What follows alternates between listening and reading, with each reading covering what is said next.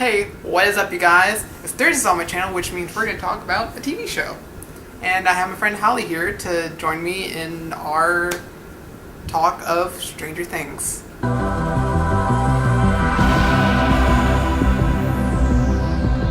So the series starts out where we start in this lab called Hawkins Research Laboratories. And basically these scientists are found this weird alternate dimension kind of thing, like an alternate plane kind of thing. And so basically this monster just comes out of it and kills people. This creepy Wendigo skinwalker type slender person chases one of the great description. I know, right? So he basically grabs one of the scientists in that elevator that's trying to run away and kills him or whatever. And so that's how we kind of get introduced to our monster. And then we cut to these four adorable children who are playing D&D, which I've never played, but Me, I've played. yes, you. It's fun. Yes, she enjoys the D and the D. You hit the road now. I know.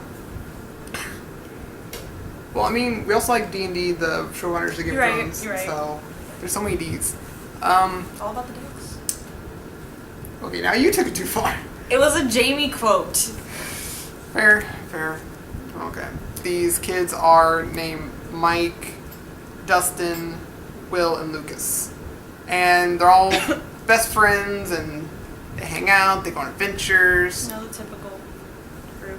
Yeah, typical. Like Stephen King movies. Yeah. And this whole thing takes place in the 80s, so they definitely made it a love letter to the 80s. With just references to Star Wars and all that stuff. So they all go their separate ways, and Will's just yeah, so that last role that we didn't know what it was, I lost. I got captured by the Demogorgon. Something? Let me refer to notes.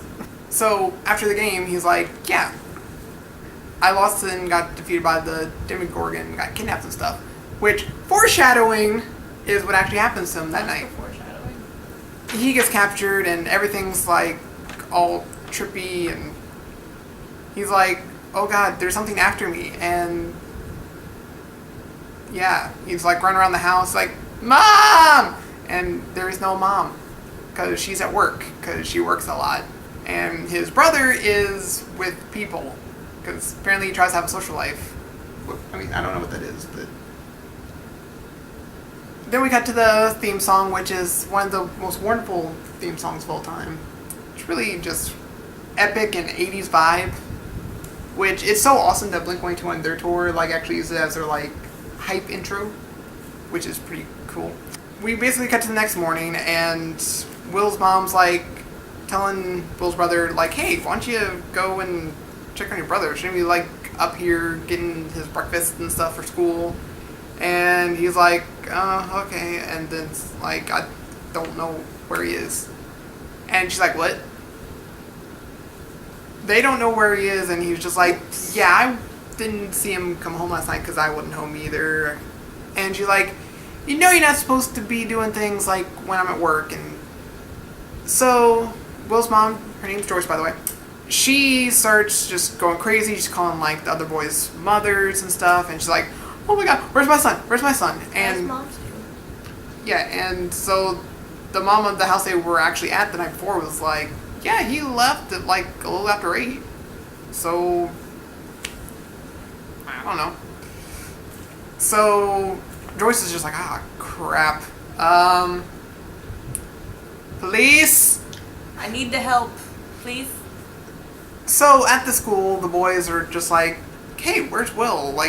Doesn't usually meet us, and they're oh, he's probably early. He likes to go early, get caught up in schoolwork or get ahead or whatever. And they're yeah, it's whatever. And then, of course, they got the bullies who are literally the worst bullies ever. So yeah, eventually we get back to the lab, and we learn that Dr. Brenner is in charge of this whole alternate dimension thing. And we get introduced for the first time to this character who we learn is named 11. 11 is basically a person that they like experimented on, A and little girl.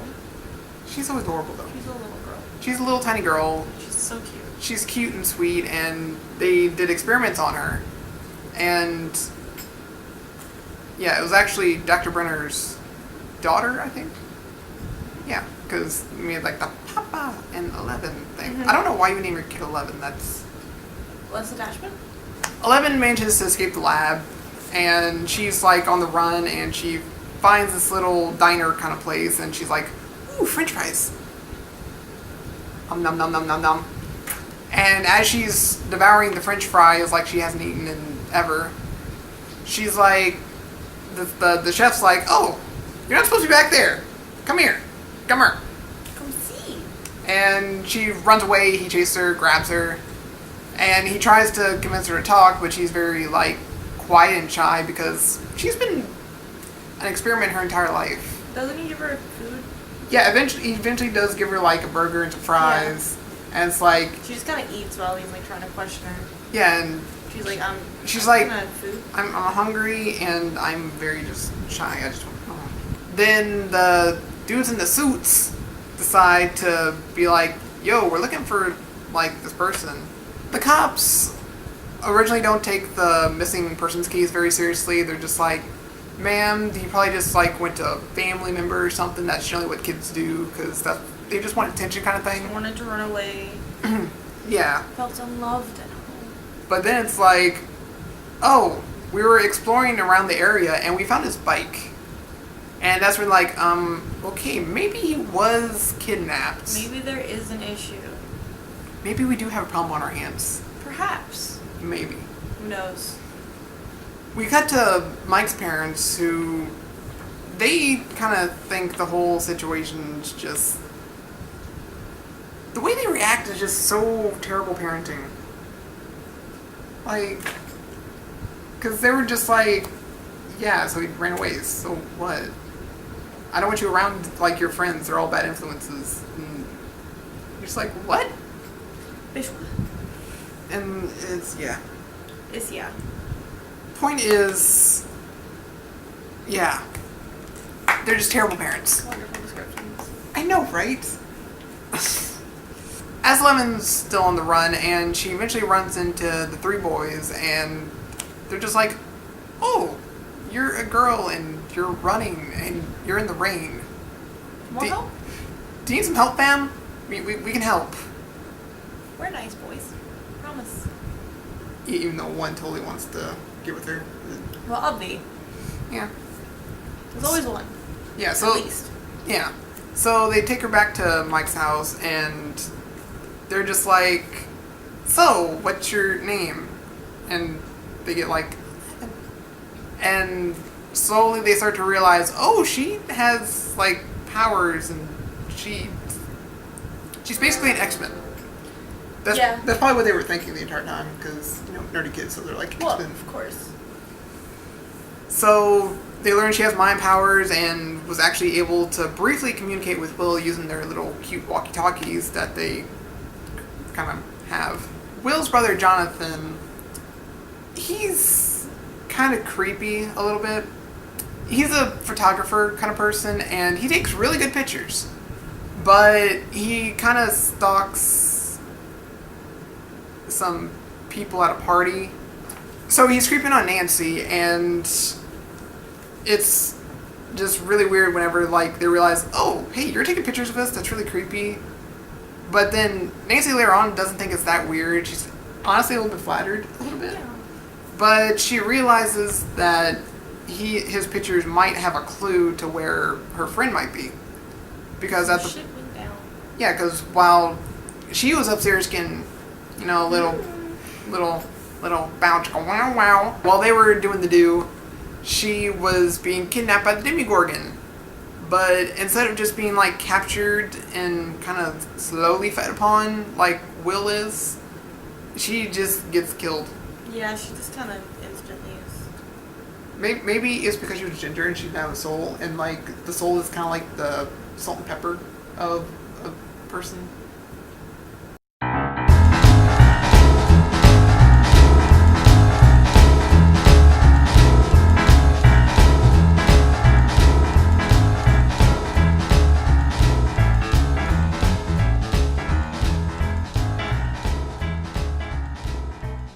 Nancy is with Steve though, and she's like, oh, he's a really great, cute guy. Like, oh my god, he's like so dreamy.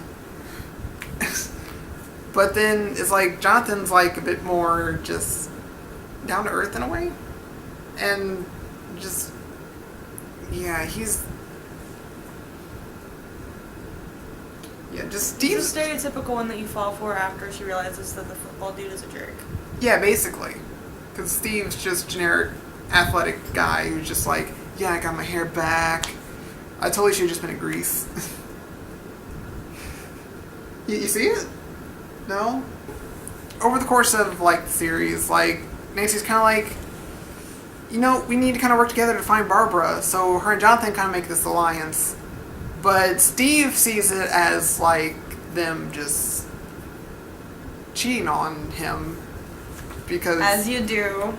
Yeah, even though... Yay, jealousy. Because, here's the thing, though. He decided to climb to her window because, like, she didn't show up somewhere. Mm-hmm. And it's just like, he sees them in bed together, and he's like, she's cheating on me. And really, it was just like... Well, everyone likes to assume the worst. That's just how life is. It's just, she's terrified because at one point, her and Jonathan, like, go into the woods, and they find, like, one of the, like, portals into the other side. So, like, they find the demon. And they're, like, terrified and just, like, ugh. So when Jonathan stays at Nancy's house, it's more of, like, we're just kind of here to keep each other, like... Same. Yeah, because they both experience something very, like, traumatic. Oh, shit moment. But then Steve's over here, like, oh, they're totally together. Relatable.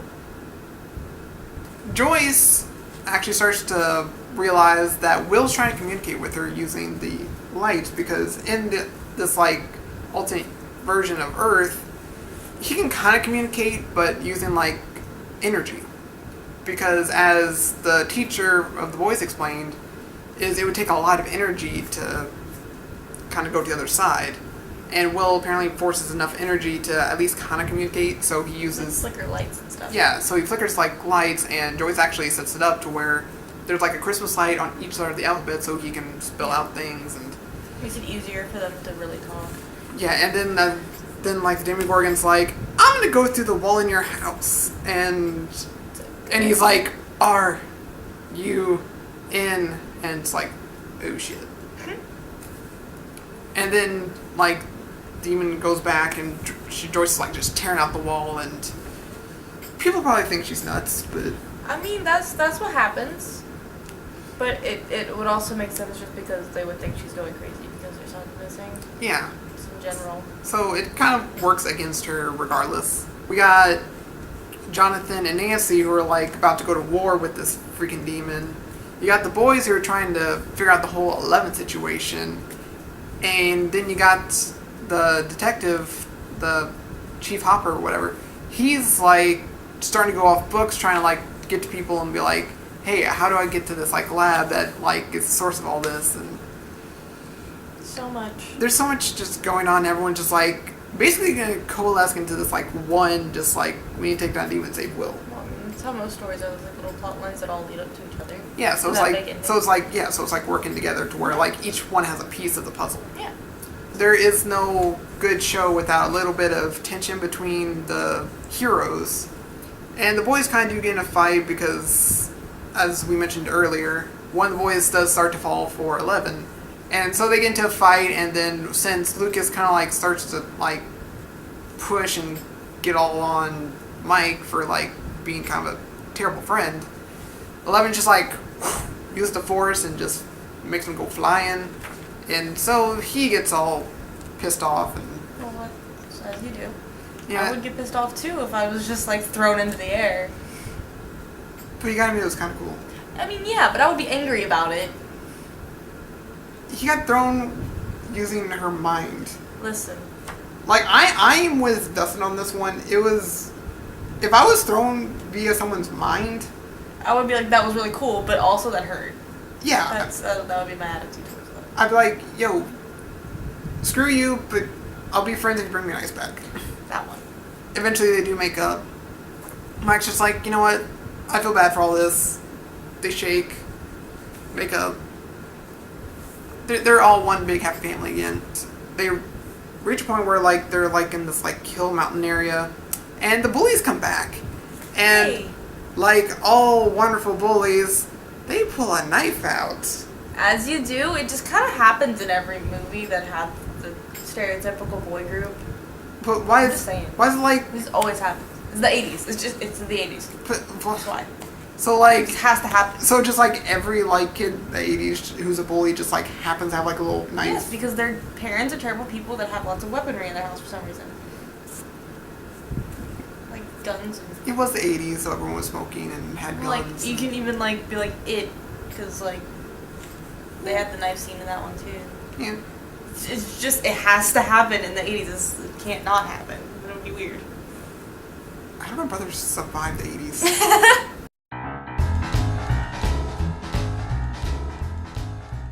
So, the boys kind of force Mike to jump off this cliff that, if you know what you're doing, you could probably survive the jump because you just jump into water. But you have to be a really good diver, because if not, it's like falling on cement. Mike jumps off the cliff because he doesn't know when to be stabbed. And, of course, Eleven's there to save the day, and she's like, using their force powers, like... Props for 11. And then she's just like, breaks the dude's arm. And She mad, bro.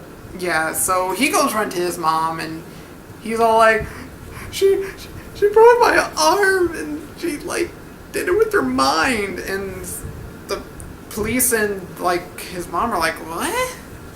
That Bitch, what? So yeah, so he's done. He's out, and the boys on 11 are like trying to figure out a way to like get to the other side, and they learn that if they get 11 to like a sensory deprivation pool, that they can actually have her use her powers to basically go there without going there. It's like in Doctor Strange, whenever like his body kind of like is just chilling there, but like his corporal form kind of leaves. Yeah, that makes sense. It's in a way like that, but she's kind of still there. That's the best I can come up with on. It makes sense, though. Yeah, that's more or Close less. enough. Yeah. So they get this pool. They had to get like a certain buoyancy and with the salt and Science. just make it a true sensory deprivation tank. And so while she's in there trying to find Will, everyone's just like trying to make sure she stays safe. And the guys in the suits, they come and they're just like, "Yo, bring us 11." And then 11, in the most spectacular fashion, just like makes everyone in the room just stop moving and just makes them bleed from like their eyes and their ears, and it is literally one of the best moments of the entire series. I agree. And of course the Demogorgon's like on the loose too while all this is happening, so that's a thing. But also back at like Will's parents' house, like got Jonathan, Nancy, and poor Steve didn't know what he was getting into. And he's like, what? And it's like, oh yeah, he's here. Yeah, grab a bat. Yeah, you might want to.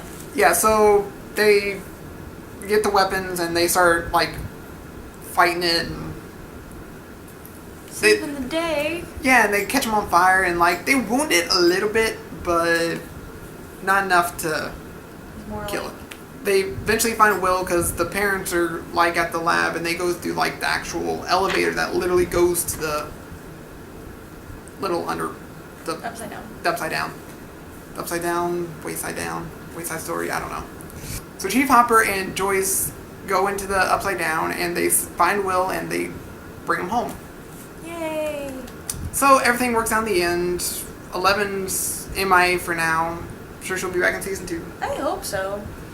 I mean, I feel it isn't Stranger Things without her. You never know. There might be another kid.